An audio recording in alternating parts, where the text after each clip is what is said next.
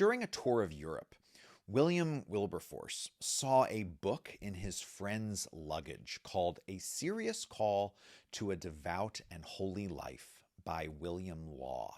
Wilberforce asked his friend what the book was.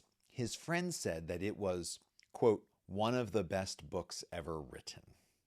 The two of them decided that while they were on their tour, that they would also read this book together.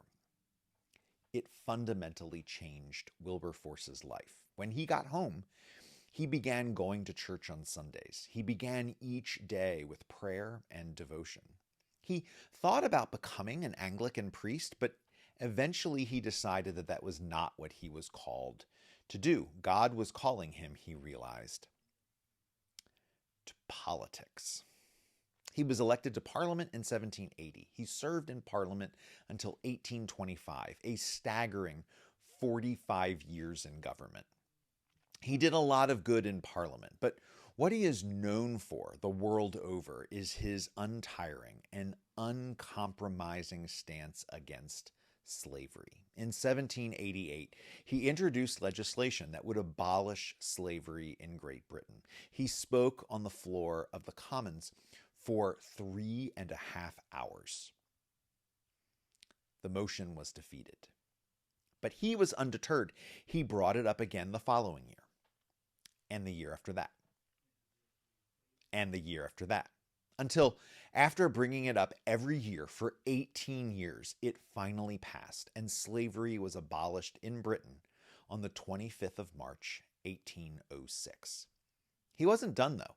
There was still British territories the world over that allowed slavery. And so he campaigned just as hard to have the slave trade outlawed in all British territories. And it passed Parliament on July 29th, 1833.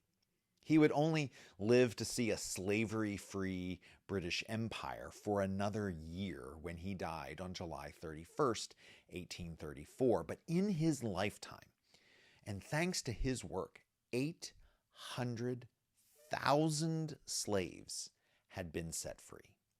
His heroic opposition to slavery wasn't in spite of his Christian faith. It was because of it. It was his faith in Christ which caused him to fight for life and liberty for all of God's children.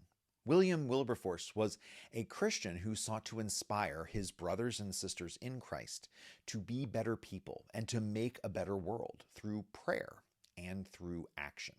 He said, quote, "If to be feelingly alive to the sufferings of my fellow creatures is to be a fanatic, I am one of the most incurable fanatics ever permitted to be at large." You can watch the stirring 2007 film about his life, Amazing Grace.